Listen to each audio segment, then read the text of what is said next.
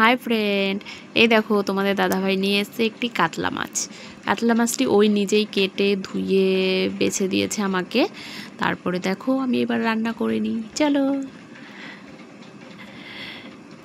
এদিকে কড়াই গরম হয়ে গেছে।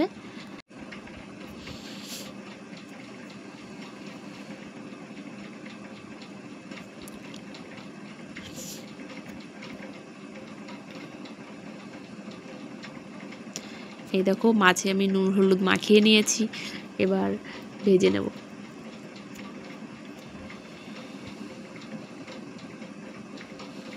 কড়াইতে দিয়ে দেব তেল।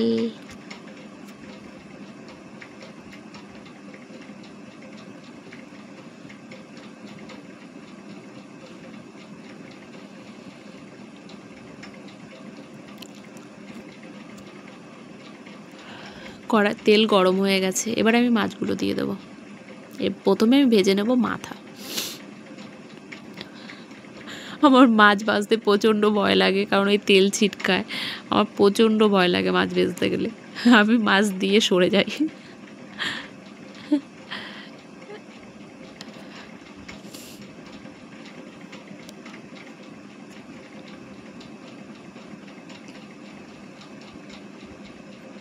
মাথাটা এবার লাল লাল করে ভেজে নেব।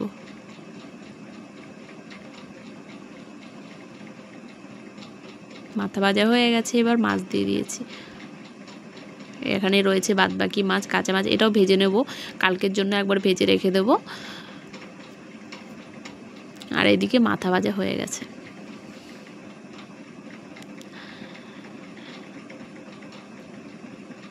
এখানে কেটে নিয়েছি আলু আর টমেটো। তোমার দাদাভাইয়ের জন্য অল্প করে মাছের ঝোল করব।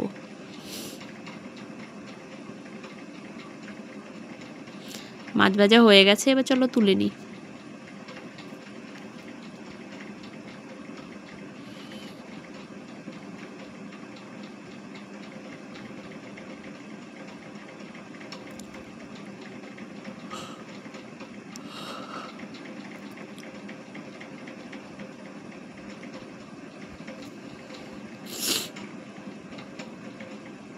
এবার বাদবাকি মাছগুলো ভেজে নিই।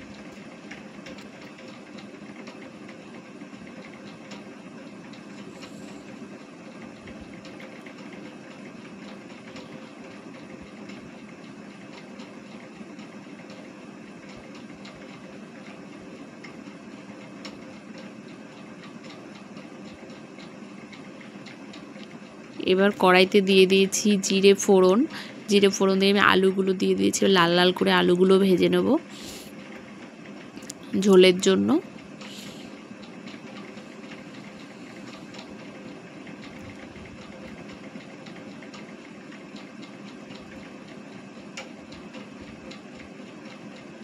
এবার দিয়ে দিলাম কাঁচা লঙ্কা কুচি।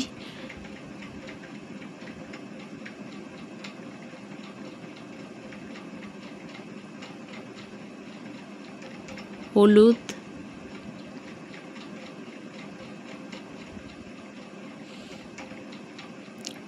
স্বাদ মতো লবণ।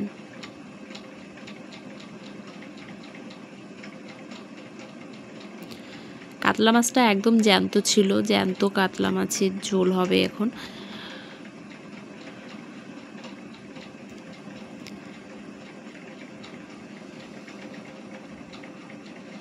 তাই বেশি মশলা দেব না।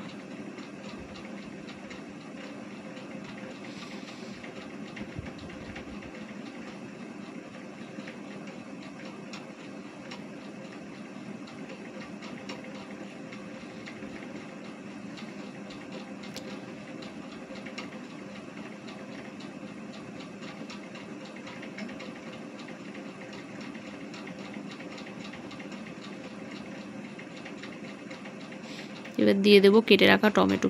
টমেটোটা কেটে আমি ধুয়ে নিয়েছি।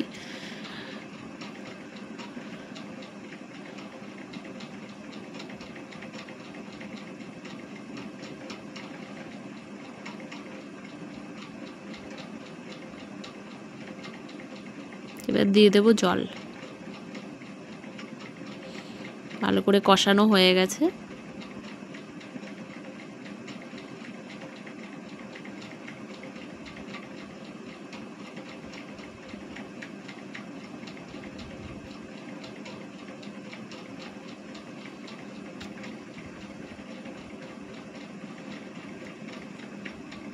এবার দিয়ে দেবো ঢাকা।